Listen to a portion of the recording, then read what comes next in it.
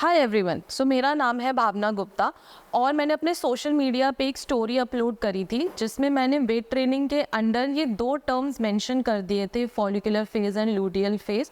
सबने मुझसे पूछना शुरू किया कि ये क्या होता है and what I am trying to show. Basically if अगर आप मेरे पीछे इन दो वर्ड्स को देखोगे तो आपको एक चीज़ समझनी ज़रूरी है कि फीमेल की हेल्थ का जो रिपोर्ट कार्ड है वो उनकी मेंस्ट्रुअल साइकिल होती है। मेंस्ट्रुअल साइकिल मतलब जो उनका पीरियड साइकिल है। हर महीने जब फीमेल पीरियड से गुजरती है तो जो उनका महीने का इस महीने से उस महीने की पीरियड साइकिल है उसके बीच में जो डेज़ हैं, चाहे वो 28 डेज़ हैं, 30 डेज़ हैं, 35 डेज़ है, उस पूरी साइकिल को मेंस्ट्रुअल साइकिल कहा जाता है।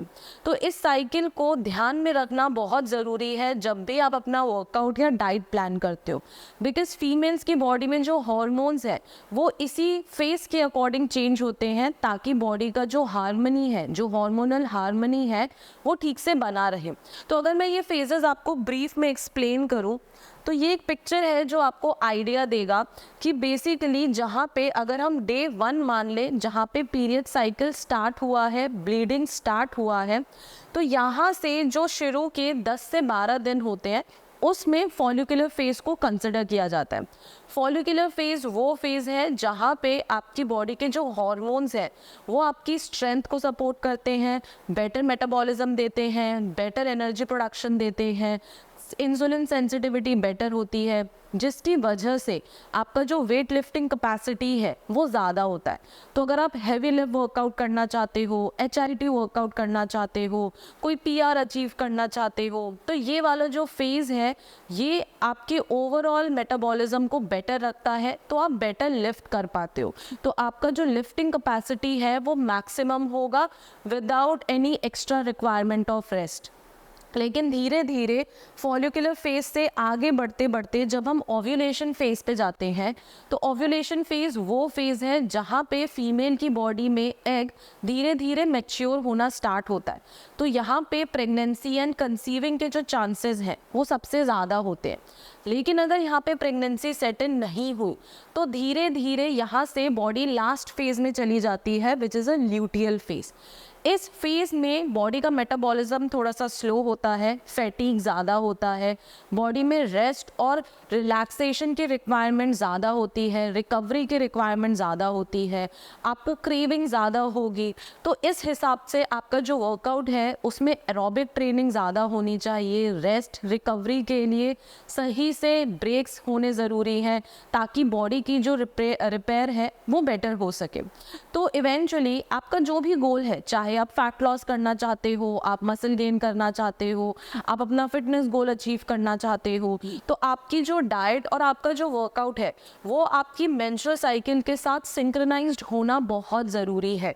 एक ये पिक्चर आपको आइडिया देता है टू अंडरस्टैंड कि एक्चुअली बॉडी में चल क्या रहा है।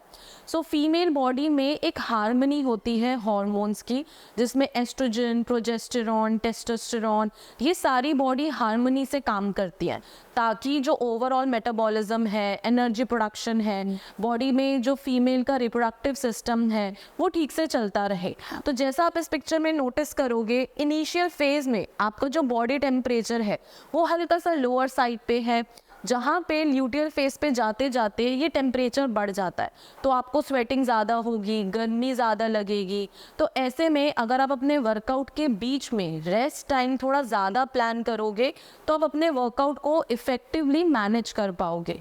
उसी के बाद आपके जो हॉर्मोन्स हैं वो एक हार्मनी में काम करते हैं। अगर ये हॉर्मोन्स इस हार्मनी में काम ना करें then it relates to the problem जिसमें आपको हार्मोनल इम्बैलेंस होने के चांसेस बढ़ जाते हैं।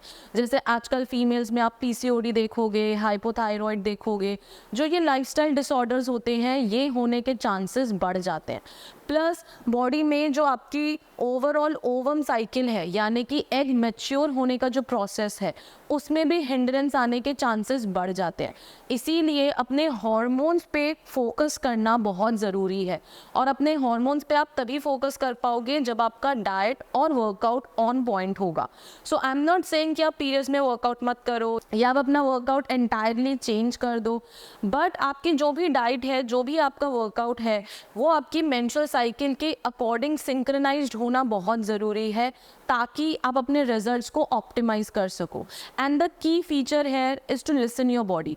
अगर आपको लग रहा है आप बहुत थके हुए हो, आप उठ के वर्कआउट नहीं कर सकते, तो अपनी बॉडी के रिस्पेक्ट करो और थोड़ा सा रेस्ट करो। लेकिन जहाँ पे आप वेल रेस्टेड हो, आपको लग रहा है कि बॉडी में एनर्जी अच्छी है, तो फुल फ्लेज वेट उठाओ, कोई रोकने वाला नहीं है। तो अपनी बॉडी की सुनना बहुत ज़रूरी है। तो इन बातों का ध्यान रखते हुए अगर आप अपने डाइट और वर्कआउट को उस हिसाब से सिंक्रोनाइज करोगे, देन आई एम श्योर आपके रिजल्ट्स ऑप्टिमाइज्ड होंगे। और कुछ tips from the nutrition perspective, since I am a nutritionist, तो अपनी डाइट में सबसे पहले फोकस करो protein consumption.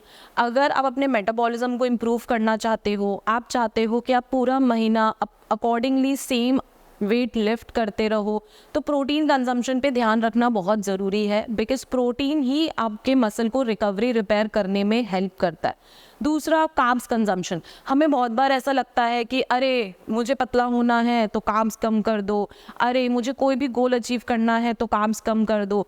We as females can not work on low carbs. आपका जो ओवरऑल कार्ब्स कंजम्पशन है वो सही होना बहुत ज़रूरी है।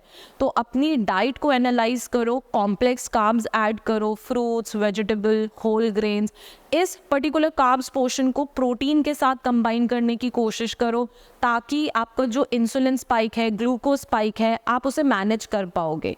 तीसरा, focus on hydration. Hydration is really important, ताकि इंटरनल ऑर्गन्स ठीक से काम कर सके।